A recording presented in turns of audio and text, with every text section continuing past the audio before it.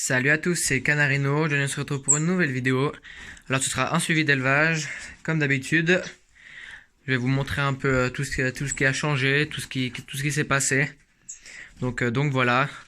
En plus que là on arrive dans la dernière ligne droite, puisque moi fin décembre j'arrête de reproduire les oiseaux. Donc c'est presque tout de suite si on peut dire ça. C'est dans 2-3 semaines. Après s'il y a des œufs ou nids ou comme ça, je laisserai finir, mais à partir de décembre, en tout cas ce qui est sûr, fin décembre, c'est que tous les oiseaux qui ont vraiment reproduit depuis le début, style gouttelette, etc., que j'ai depuis tout le début, je les arrêterai. Les moineaux du Japon, peut-être que je leur ferai faire une couvée après, à eux-mêmes, pour avoir des petits moineaux du Japon aussi, comme ça, donc voilà.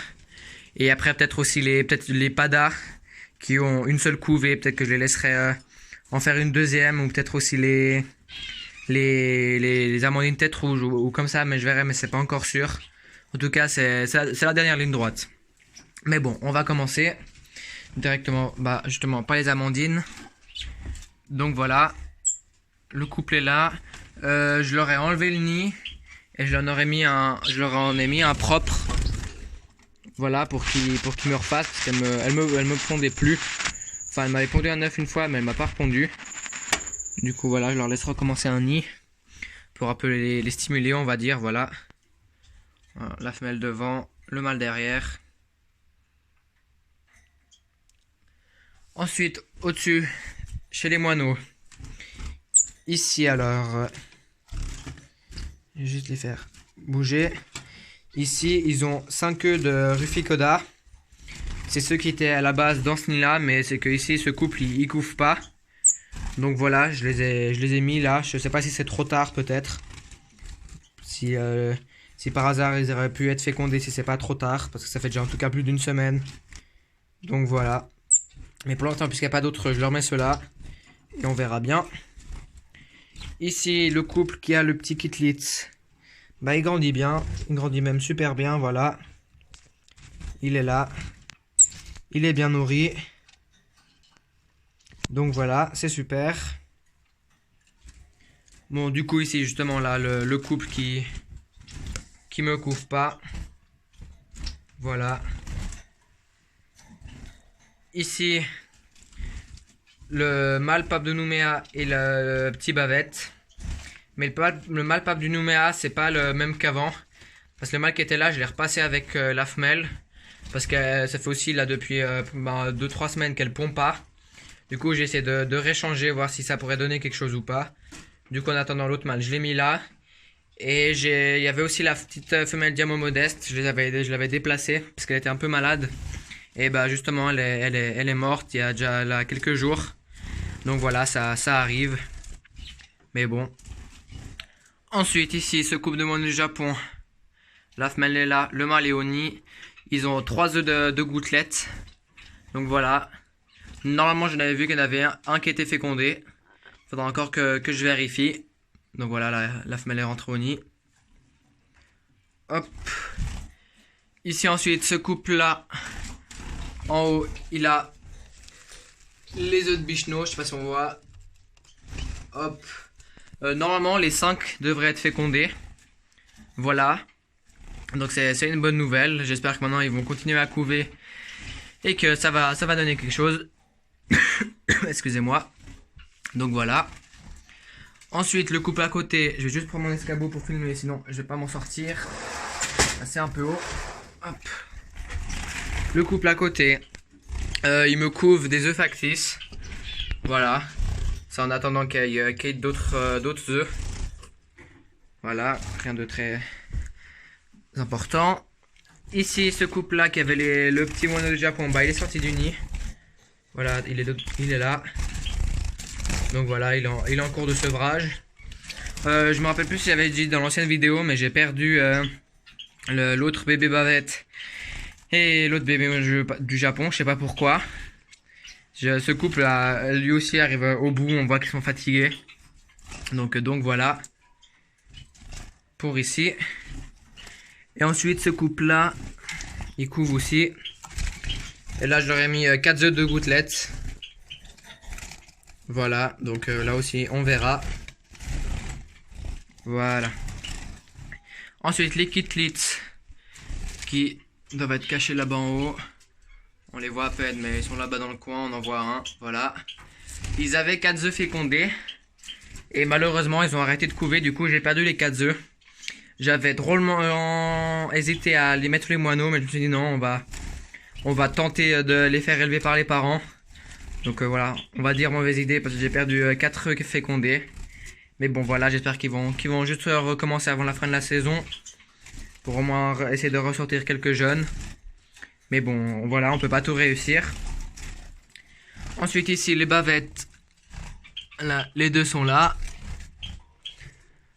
Ici, ils avaient les 3 petits.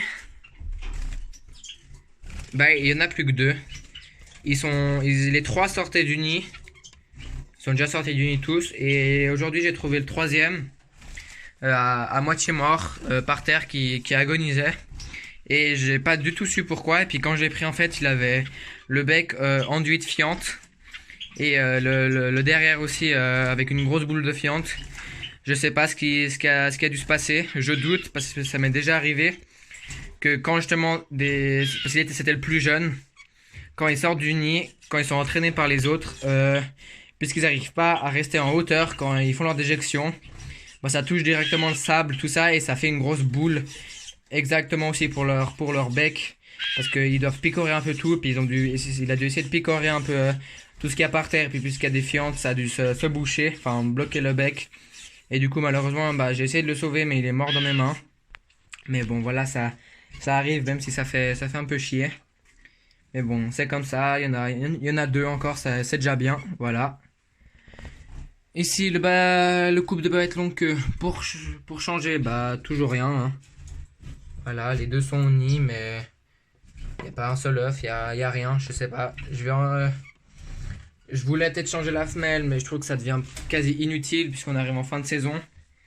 Mais quoique, peut-être si c'est la semaine prochaine, essayez. Et quitte à les laisser 2 semaines, 2 semaines de plus ou comme ça. Donc voilà. Mais je pense qu'on s'arrêtera parce que le problème c'est que si j'ai des oiseaux en plus se reproduire, ça fait que je dois laisser le chauffage, laisser les 15 heures de lumière, plus les jeunes, puis ça me prendra de nouveau un mois de plus, qui fait que les autres oiseaux seront encore en mode reproduction, puis qu'ils n'auront pas le temps de se reposer avant de recommencer en printemps, parce que je compte recommencer vers mars-avril. Donc voilà, je verrai comment je fais tout ça. Ensuite, là en bas, je vais juste vous montrer mes jeunes. Enfin, une partie des jeunes. Alors, on a le couple de Gould. Le mâle diamant modeste qui se retrouve tout seul. Et au milieu, deux petites femelles coucoupées, voilà, qui sont sevrées, que j'ai passées ici. Donc voilà. Hop. Ensuite, ici, chez les Padas, bah, tout se passe super bien. Ils grandissent très très bien. Voilà. On voit qu'il y a un jeune qui va sortir blanc. Sinon, les 4 autres, bah, ils seront couleur classique. Et même, je me demande, parce que celui-là, là, on voit les ailes sont très très foncées. Il y a pas de blanc. Que justement, là, on voit que eux ont le bout des ailes blanches. Donc, je me demande si ce sera pas un peu on va dire un mélange, si je peux dire ça comme ça. Mais on verra. En tout cas, tout se porte bien. Parce que si on regarde le mâle, on va pas très bien voir, mais les parents sont là. Et si on regarde le mâle, il a pas de blanc aux ailes. Donc je me demande si ce sera pas un peu un mélange comme il existe. Donc voilà. Ensuite ici, chez les coucoupés, bah, la femelle vient de sortir du nid. Le mâle y est aussi, il va sortir. Voilà. Ils ont 5 œufs. Voilà, qui m'ont pondu. Il y a quelques jours, quoi. Pour eux, si c'est fécondé, ce sera leur dernière couvée de la saison, voilà. En espérant qu'ils vont sortir aussi pour la dernière un maximum de jeunes. Donc voilà, juste remettre les écoles, il faut que ils ont un peu tout bougé. Hop. Ensuite, les petits chanteurs de Cuba. Alors, ils m'ont toujours pas fait de nid. Mais ce que j'ai fait, c'est que j'ai changé les nids. J'en ai mis un que j'ai acheté en bois, qui est un peu plus petit, pour voir si ça change quelque chose. Et un autre en osier, parce que je connais un éleveur qui, eux, ces chanteurs de Cuba font des nids que dans les nids en osier. Que j'ai aussi acheté, voilà, que j'ai passé là, que j'ai aussi tout camouflé avec des branches, enfin tout ça. Donc j'espère que cette fois-ci ça marchera, mais on verra. Ici, les gouttelettes. La femelle est là-bas derrière. Le mâle doit être au nid. Mais il est au nid, on va dire, pour rien. Parce que... Ah oui, enfin non, c'est que je leur ai enlevé les œufs. Mais j'ai laissé quand même 3 œufs factices pour pas qu'elles me repondent et puis qu'elles se fatiguent derrière. Donc voilà.